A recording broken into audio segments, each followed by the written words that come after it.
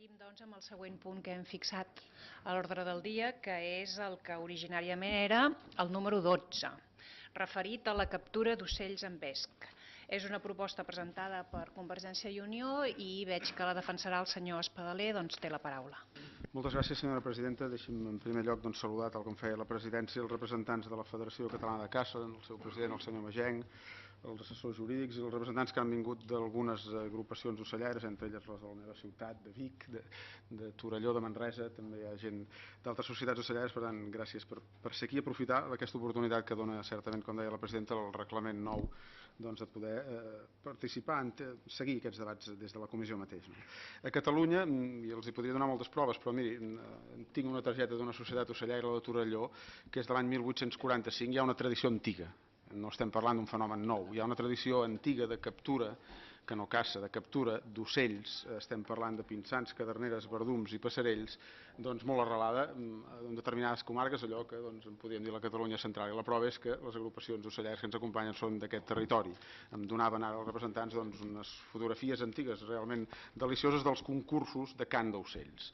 Aquesta pràctica s'ha desenvolupat amb normalitat fins just l'any passat. Fins l'any passat no hi havia hagut mai cap problema, es desenvolupava correctament, les societats feien les seves pràctiques en els calendaris establertes, les feien d'una manera perfectament sostenible, fins que l'any passat, de cara a aquesta temporada, s'ha esdevingut un fet que ha descol·locat bastant el personal, que és que d'una manera molt curiosa, a més per passiva, s'ha prohibit de facto aquesta pràctica, de poder caçar amb vesc, que és capturar ocells amb vesc, que no es maten els ocells, són pel cant, allò que podem veure en tants i tants municipis, en tantes societats. I això s'ha fet, a parer nostre, no contravenint, sinó fent una interpretació molt maximalista, molt radical, que nosaltres en cap cas podem compartir, de les directives comunitàries o de les lleis, tant sigui catalana com espanyola. Miren, la llei catalana de protecció dels animals estableix explícitament, perquè en aquest tràmit parlamentari el nostre grup i d'altres hi van voler fer esment, estableix la possibilitat de la captura amb vesc. La llei catalana ho diu taxativament. La directiva comunitària, i abans fèiem un debat sobre espècies en perill d'extinció, en la directiva comunitària de les aus, que també obre la porta a excepcionar determinades pràctiques quan tenen arrelament cultural, cap de les espècies que els he citat i les tornaré a citar, el pinsà, la cadernera, el verdum i el passerell, cap d'aquestes espècies està afortunadament en perill d'extinció, no estan en cap supòsit. I si ens anem a la llei estatal, també permet aquesta excepcionalitat de la caça o emparar aquest tipus de cacera per aquestes pràctiques de captura d'animals més que de cacera. Tant és així que hi ha territoris com per exemple Andalusia o com per exemple Múrcia que està perfectament legalitzat, com ho estava a Catalunya no en època de Convergència i Unió, en època del primer tripartit. El mateix senyor Luque havia autoritzat perfectament aquesta pràctica perquè té aquest arrelament antic i cultural. Què demanem? Home, demanem que es reconsideri aquesta posició tan dràstica d'aquesta prohibició. De quina manera?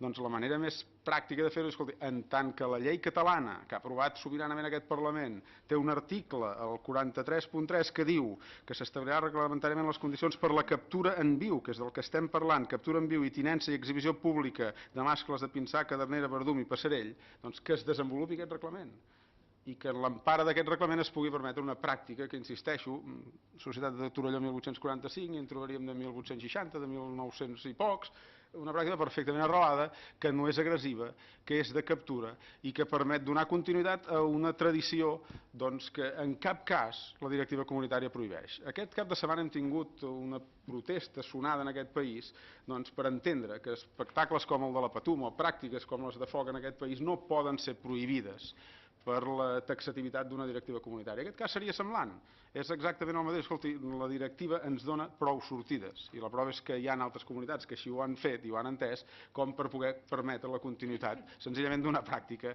que és respectuosa amb el medi ambient i que dona continuïtat a una tradició perfectament arrelada i culturalment arrelada a casa nostra. Gràcies, senyora presidenta. Gràcies, senyor Espadaler.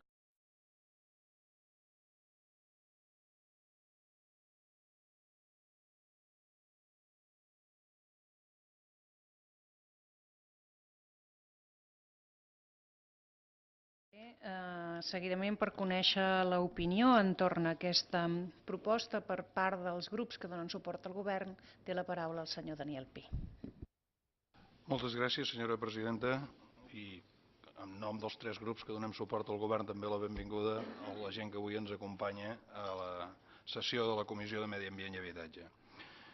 L'entorn legal, senyor Espadaler, és més o menys el que vostè ha dit, efectivament. Una directiva europea que prohibeix l'ús, però que autoritza l'excepció, una llei estatal, que és la novetat, és el que abans no teníem, la llei 42/2007 de Patrimoni Natural i de la Diversitat, que determina la prohibició com a norma, annexa 7, i que després preveu uns supòsits d'excepció si es pot demostrar, i li llegeixo gairebé textualment, que el mètode excepcional és selectiu, o sigui, que només capturem els animals d'aquella espècie i de cap altra.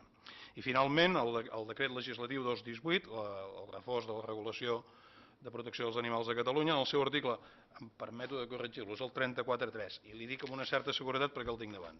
El 34.3, que ha dit el 43, no, el 34.3 diu que a la reglamentació determinar quina o quines de les tècniques que són usuals, és a dir, la xarxa japonesa, la xarxa batible o el vesc, són acceptables precisament per aquest criteri d'exclusivitat, d'agafar només les espècies que es recerquen.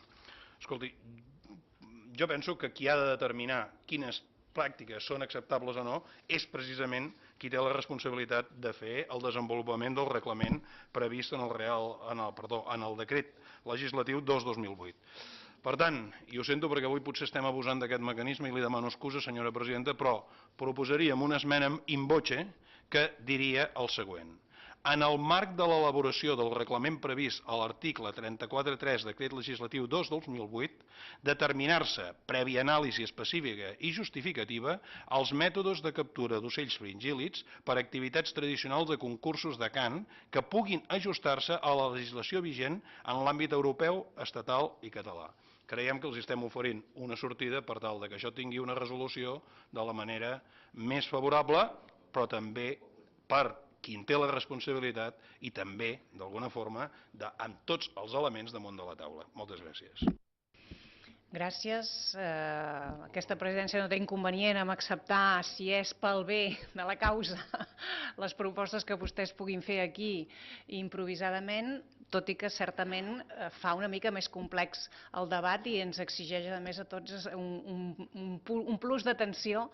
Ara entenc que abans de conèixer el posicionament de la resta de grups, segurament ells mateixos també els interessa conèixer si el grup proponent està en disposició o no d'acceptar aquesta proposta que feia el senyor Daniel Pi. Per tant, senyor Espadaler, ens interessaria saber quina és la seva posició, a no ser que vostè vulgui conèixer abans les opinions dels altres grups parlamentaris.